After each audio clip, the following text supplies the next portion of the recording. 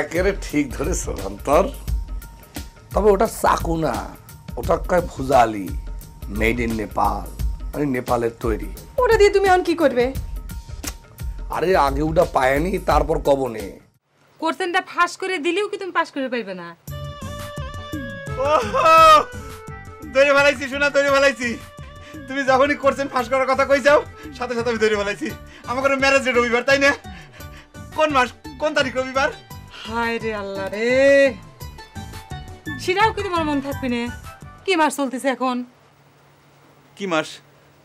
ইংরাজি, বাংলা তো আষাঢ় মাস। মনে পড়েছে, বাংলা আষাঢ় মাস। ওই যে শোনা, আমাদের বিয়ের দিন ঝুমঝুম বৃষ্টি হচ্ছিল, কিন্তু ইংরাজি কোন মাস চলতেছে? ঘরের ভিতরে আসলে একটা ক্যালেন্ডার রাখা দরকার। যে না, 1000টা ক্যালেন্ডার রাখলেও তোমার মন থাকবে না। ঠিক আছে, কোশ্চেনটা যেহেতু ফাঁস করে দিছি, খাতায় লিখেও দিচ্ছি, জুনের 26 তারিখ রবিবার। কি এখন মন থাকবে তো? মনে থাকবি না মানে? অবশ্যই মনে থাকবি। এখন আমি কাগজের ভিতরে লিখে নিচ্ছি, সবসময় জামার পকেটের ভিতরে রেখে দেবো। যখন সুযোগ পাবো বাইর করে দেখবো, একবার, দুইবার, তিনবার, চারবার। মুখস্থ না হয় কনে যাবি? আমি এখন কাগজে লিখতেছি। আচ্ছা শোনা, হাসানের ভাগ্যে কি জুটলো সেটা কি তুমি জানো? না, নতুন করে কিছুই জানি না। ঘরের মধ্যে বাইরে রাখিছে এই পর্যন্ত। রতন ফিরে আইছে, আম্মা আসে নাই। বাদ দাও তো এসব, এসব কথা আমাকে ভেবে লাভ কি কও? আমাকে কোনো কথার মূল্য কি তাদের কাছে আছে? সেটা অবশ্য তুমি ঠিক কথাই কইছো শোনা। তবে সত্যি কথা কত কি, চ্যাংড়াটার জন্য মনের ভিতর খুব কষ্ট লাগে মনে। শোনা, আমি মশাই টানাচ্ছি, দাও। আমি টানাচ্ছি আজকে। তুমি আজকে একটা রেজাল্ট আউট করে দিলে। 26শে জুন রবিবার, 26শে জুন রবিবার, রবিবার রবিবার রবিবার। কি যে কষ্ট করছি এই কথাটা মনে করার জন্য, দিনটা স্মরণ করার জন্য। মনে তুমি বিশ্বাস করবে না, মানুষের কাছে এই কথা কও না, মুখে চাপ দিবি। আমি মেলা মানুষকে কিন্তু ভুলিয়ে দিয়েছিলাম ডেটটা মনে করার জন্য, কিন্তু কেউ মনে করে পারে। ঠিক কর, টাকার কাছে মুখ দেখাবে কিরকম করে? নিজের বিয়ের ডেট নিজের মনে নাই? রবিবার।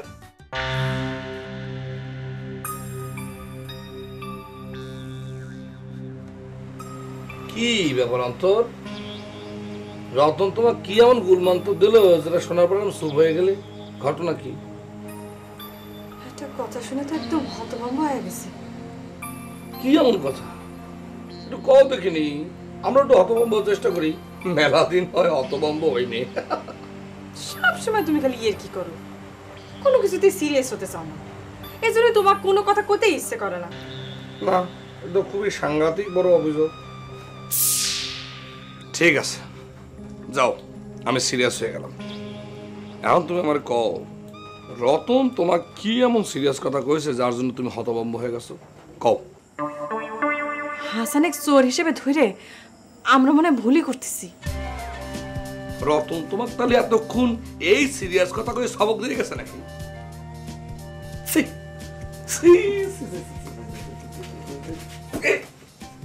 এতক্ষণ পরে এসে তুমি এই কথা কইলে আমাকে?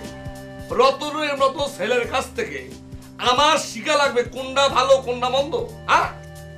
না, আমি তো এই কথা করছি না। শুনো, রতন করছিল হাসান নাকি মেলা বড় লোকের পোলা, ডিগ্রি পাস, বাপ মায়ের একমাত্র সাওয়াল। অসম্ভব, আমি বিশ্বাস করলাম না। আমার তো মনে হচ্ছে হাসানের বাঁচানোর জন্য এইটা রতনের একটা চালাকি, অপপ্রচার। আমার তো এমন ধারণা হচ্ছে এই ঘটনার সঙ্গে রতনও জড়িত আছে। আচ্ছা, আগে সব কথা উড়াই দিও না তো। আমার মনে হয় খোঁজ নিয়ে দেখা দরকার। সত্যি সত্যি যদি হাসান বড় লোকের বেটা হয়, তার পক্ষে কি চুরি করা সম্ভব? রতন করছিল সে নাকি মিথ্যে ছদ্মবেশ ধরে এখানে আছে। ছদ্মবেশে আছে, তাহলে পরে তো কুলু পায়ে গেলাম। আমি কনফার্ম সে একটা আন্ডারগ্রাউন্ডের লোক। এই ধরনের আন্ডারগ্রাউন্ডের লোকেরা বিভিন্ন সময় তাদের ফান্ড জোগানোর জন্য এই ধরনের লুটপাটের কাম করে থাকে। কোনো টেনশন নিও না, কোনো সমস্যা নেই, আমি সব কিছু বাই করে ফেলবো না, কোনো টেনশন নাই, ঠিক আছে?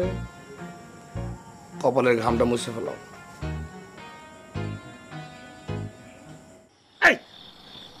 এই আমার বাপ দাদা মাসি তোর কাছে কোন অপরাধ করছে?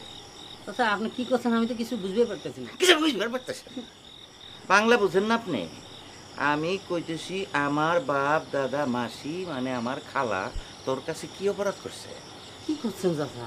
তারা আমার কাছে কি অপরাধ করবে কোন তো? হ্যাঁ, তাদের তো আমি কোনোদিন চোখেও দেখিনি। কথা তো সেইটাই, তারা যদি কোনো অপরাধ না করে থাকে তাইলে তাদের নাম নিয়ে তুই গালাগালি করছিস কেন? আচ্ছা আল্লাহ কি রেখা করছে, এই ধরনের কথা আমি কোনোদিনই কই না। আচ্ছা কেডা আপনার সাথে মিথ্যা কথা কইছে কোন তো? এটা কইছে সেইটা তো আমি কব না। তুই নাকি কইছস হাসান রে টাচ করলে আমি জ্বলে পুরো ভস্ম হয়ে যাব।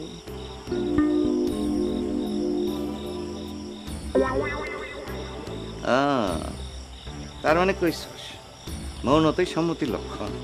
না চাচা আমি কথাটা এইভাবে কইনি, আপনার কাছে রং চং দিয়ে কথাটা কওয়া হয়েছে। তো রং চং সারা সাদা কালো হবে, কথাটা কিরকম ছিল সেটা একটু শুনি। আমি খালি জুলফিকার ভাইরে কইছি যে চাচা কই হাসান ভাই ছেড়ে দিবার কোন, ছাগলটা নির্দোষ। তুই কেমনে এত শিওর হয়ে কইতেছস সে নির্দোষ? না মানে তার সম্পর্কে যতটুকু জানি, মানে তার গ্রামে যায় তার সম্পর্কে যতটুকু খোঁজখবর নিয়েছি তার ভিত্তিতে আমি কথাটা কয়েছি। ও কিরে, তুই না কইছিলি ওইখানে গিয়ে কি জানি একটা কাণ্ড হয়েছে? কত শুনি কাণ্ডটা। খারা খারা খারা, তার আগে কত তোর চাষির রুচি পছন্দ এত খারাপ হইলো কবে থেকে? হ্যাঁ, ওই ফকিরের বাড়িতে দিনের পর দিন পর রয়েছে, ওইখানে এখন তার মাথা ব্যথা করে না? না মানে চাচা ওই যাওয়ার পর থেকে আমি তার মাথা যন্ত্রণা হইতে দেখি না। হ্যাঁ, খোলাবেলা মুক্ত বাতাস তো।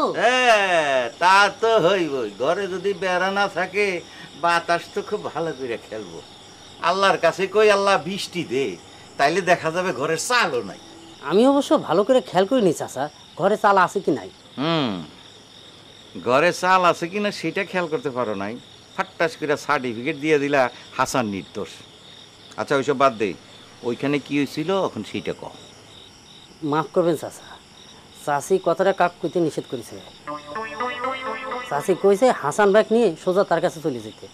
খুব চাষির ভক্ত হইছ না? বেঈমান নিমক হারাম, আমার চোখের সামনে থেকে অক্ষণে বিদায় হ। আমিও দেখি তোর চাষি কেমনে ওই হাসান রে রক্ষা করে। যা।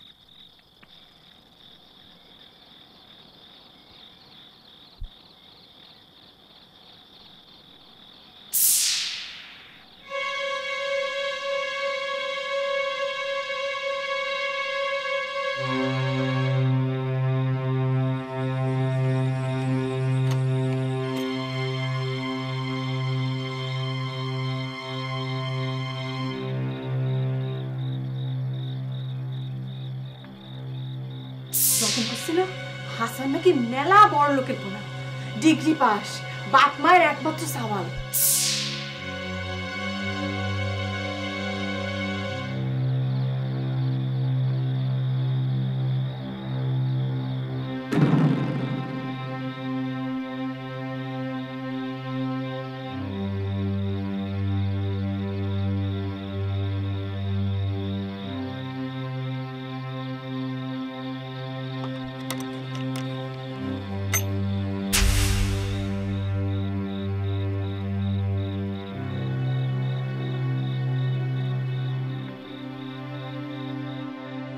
দেখলেন তো রতন ভাই, আমার কথা ঠিকই সত্যি হইলো।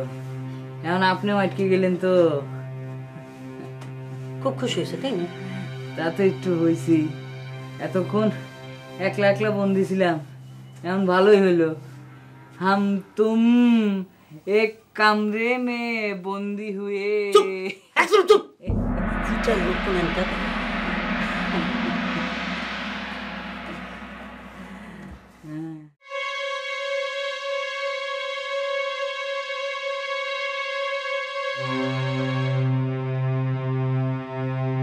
এই খারাও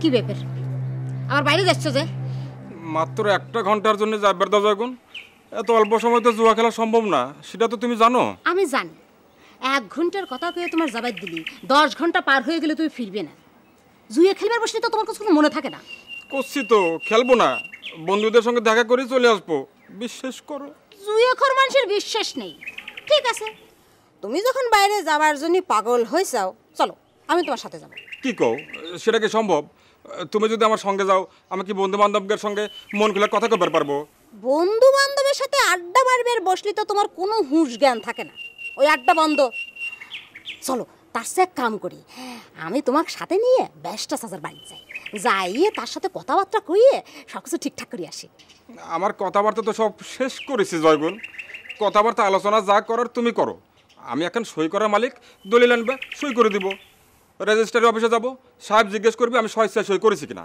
আমি বলবো জি বাস তারপর তোমার যদি দু একখান গোল্লা খাওয়ানোর ইচ্ছা থাকে খাওয়াবে চলে আসবো বাহ বাবা বাবা বাবা জমি বেচে বেচে সব কিছু মুখস্থ হয়ে গেছে তাই নিয়ে তা ঠিকই কইছো জয়গুণ আমি শুধু দুইটা কাজই ভালো পারি এক হচ্ছে জুয়া খেলা আর এক হচ্ছে জমি বেচা বাদ দাও এখন একটু অনুমতি দাও ঘুরে আসি দম বন্ধ হয়ে যাচ্ছে ঠিক আছে 1 সপ্তাহ বাইরে যাবে দিবে সময় 1 ঘন্টা 1 ঘন্টার 1 সেকেন্ডও বেশি না রাজি রাজি 1 ঘন্টার মধ্যেই ফিরে আসবো 2 মিনিট আগে আসবো দাও ঘুরে দাও গড়ি আমার কাছে থাকে তুমি এখন যখন বাইরে হয়ে যাবা তখন টাইম দেখে রাখবে আবার যখন ফিরবে তখন টাইম নিবে যাও আচ্ছা খাও খাও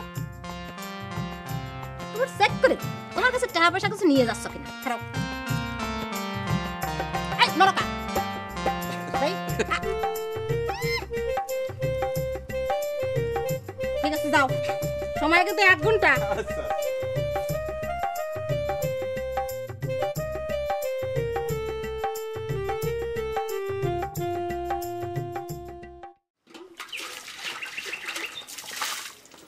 বলবো দুলাভাই কনে রে কে আমার কি হয়েছে দেখবো দিলবাহার তোকে একটা কথা অনুরোধ করি কই কোথায় কোথায় তুই তোর দুলিভার কাছে ছুটে আসিস না তো তোর দুলিভার কিছু করার ক্ষমতা নেই মধ্যখান থেকে তুই খালি আব্বার কাছে খারাপ করিস লোকটা তোরা তো স্বার্থপর হয়ে গেছো কবে থেকে রে বড়বু হ্যাঁ মানুষের জীবনে থেকে তোর স্বার্থপর হওয়াটা বড় হয়ে গেল ওই দেখে তুই আবার রাগ হচ্ছু কে রে তোর দুলিভাইয়ের কি মানুষের জীবন রক্ষা করার ক্ষমতা আছে নাকি মধ্যখান থেকে খালি লোকটা এসব কথা মনে করে কষ্ট পাচ্ছে বাদ দে তো এসব বোন কি হয়েছে নতুন করে আবার তোর দুলিভাইয়ের কাজ করতেছিল কে দেখে তো বুবু ছোট দুলাভাই কি শুরু করেছে রতন ভাইকে ধরে আটকে রাখিছে কি করছ তুই রতনে আটকা রাখিছে কে কি করেছে রতন আমারও তো সেই কথা নিজের বাক্স থেকে গয়না চুরি হয়েছে কিরে না কিরে নিছে তার তো কোনো ঠিক নেই তাকে যা কিচ্ছে হচ্ছে তাকে ধরে বাপতিছে বাদবি রে ক্ষমতা এখন তাগারে হাতে ছুটতে পড়া ভদ্র লোক না তুই দূরে ভাই কিছু কবির কোষ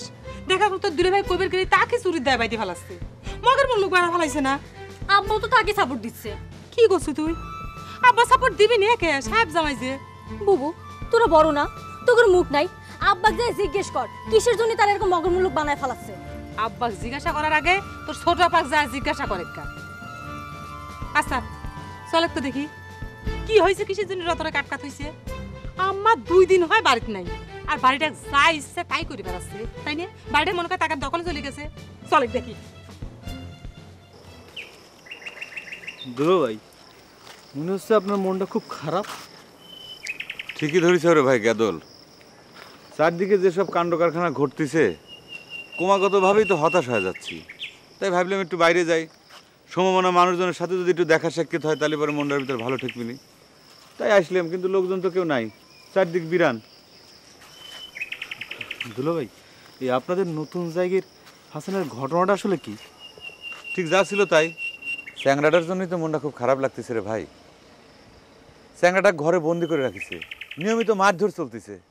কিরকম অত্যাচার তুমি চিন্তা করে দেখো ভাই। হাসান নাকি পানি দিয়ে গয়না গিলে খাইছে, সেই গয়না পেরাতে বাইর করার জন্য তার উপর নানান রকম শারীরিক মানসিক নির্যাতন চলতেছে। কও এখনো তাহলে হাসান বন্দি? আপনি শিওর করছেন তো দুলো ভাই? তুমিও দেখতেছি আমার গুরুত্বহীন মানুষ হিসেবে গণ্য করা ধরলে গেদল। আমি কি না জানি তোমার কাছে এত কাহিনী করছি, আবার ইংরেজিতে জিজ্ঞেসও করতে চাও শিওর কিনা? আশ্চর্য।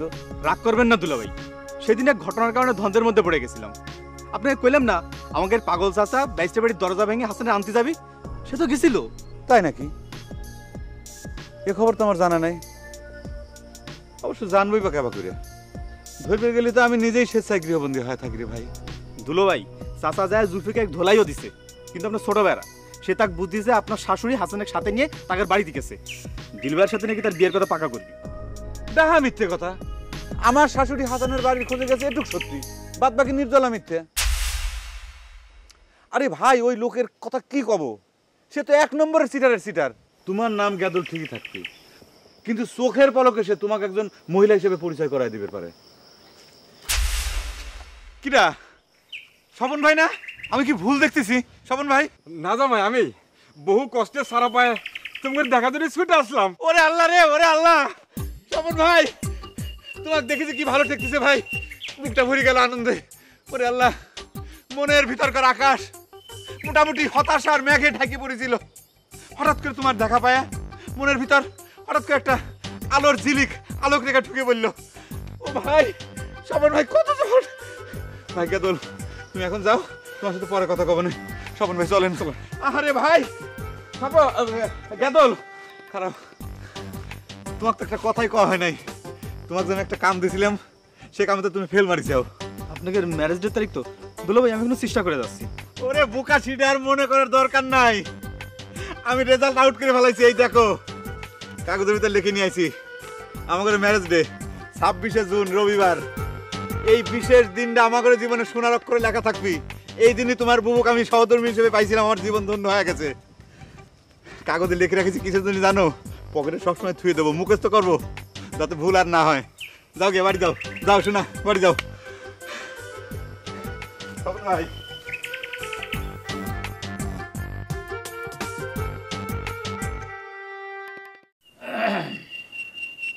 আলমগীর, আমি কি তোমার একটা কথা জিজ্ঞাসা করতে পারি? সিসি আব্বা, এটা আপনি কি করছেন আব্বা? আপনি আমার কাছে একটা প্রশ্ন করবেন, তার জন্য আমার অনুমতি লাগবে আব্বা? আপনি আমার একটা প্রশ্ন কিসের জন্য করবেন? আপনি হাজার হাজার প্রশ্ন করেন আব্বা, করেন তো।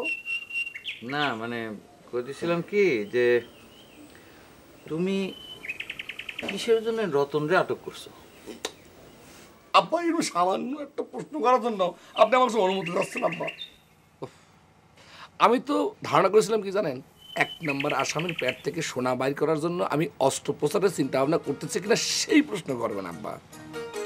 হ্যাঁ সেইটাও একটা প্রশ্ন, তবে তার উত্তর পরে শুনি। আগে তুমি আমারে কও, রতন যে তুমি আটক করছো কিসের জন্য? আপনি তো ভারী বেয়াদব, জানা নাই শোনা নাই